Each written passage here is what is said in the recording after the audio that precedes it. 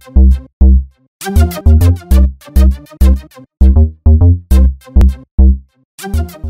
ladies and gentlemen, this is Soap the Great with Good Enough Minecraft Inventions, the series where I show you Minecraft inventions that aren't necessarily the most efficient or the smallest or the most compact, but are good enough for a single player world or a small time multiplayer base.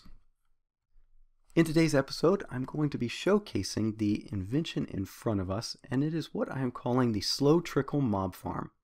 This mob farm is not the most efficient or the most compact, but it does provide a sufficient amount of mob drops for a single player world or even a small multiplayer base. So without further ado, let's take a look at some of the features of this mob farm. Based on a test over the course of 30 minutes, I found that this mob farm provides 2,800 drops per hour.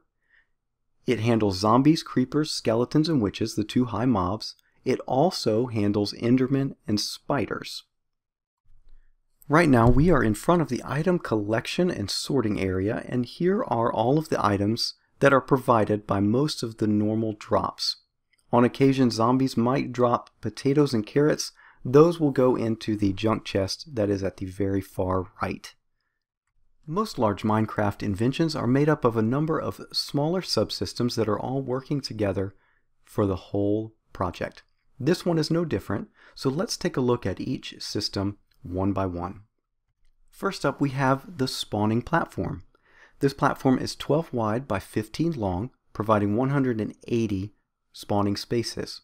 It is 3 high, which allow Endermen to spawn, and it is a shifting floor design, but it's not a smart shifting floor.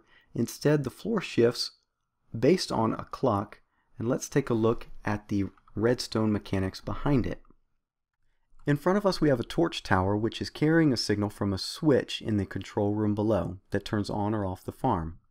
Right now the farm is off because the lights are on, ensuring that there is a light level of 8 or greater on every spawning space in the spawn floor below.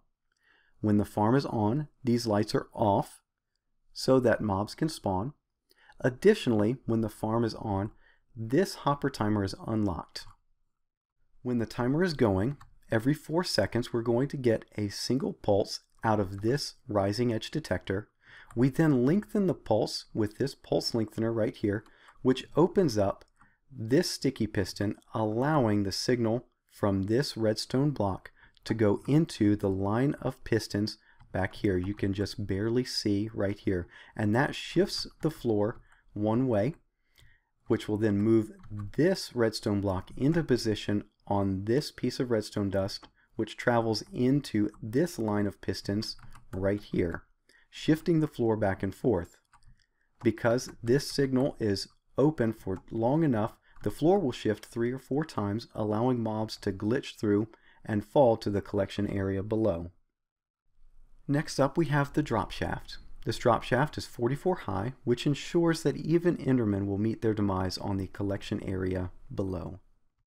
On the collection floor, you may note that there are a number of iron golems standing around, and that is because skeletons and zombies will sometimes spawn from the spawn floor with armor on, and that will depend upon how long you have been in the chunk area. These iron golems will take care of any mobs that fall to the collection floor without dying.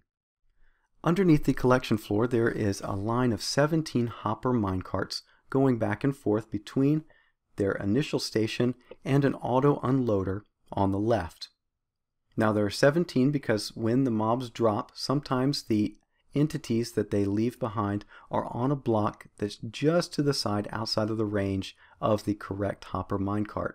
This ensures that all mob drops are picked up. Each of the minecarts goes over one of these automatic item unloaders, which go into a series of chests and then ultimately into a series of hoppers that all feed into the sorting system. Here is a look at the back of the sorting system. This is a system that has overflow protection built in, and it comes from Impulse SV. Additionally, you may note that there are furnaces on top of each of these hoppers, and that is to reduce lag due to the way hopper mechanics work. Now, let's take a look at how the switch works. There is a lever on the other side of that redstone lamp, which comes out into a little redstone tower, which will turn on the mine carts and then also the farm above. Now, let's take a look at the mob farm in action. Let's flip the switch, and then we'll go out and just watch from a vantage point that ensures that we will get mob drops. You must be at least 24 away from the spawn floor, and there we go. And all the items are collected and dropped into the sorting system below. And there you have it, ladies and gentlemen. That is the Slow Trickle mob farm. Hopefully you enjoyed. If you did, a like is always appreciated. Stay tuned for what we may come up with next time. Bye-bye.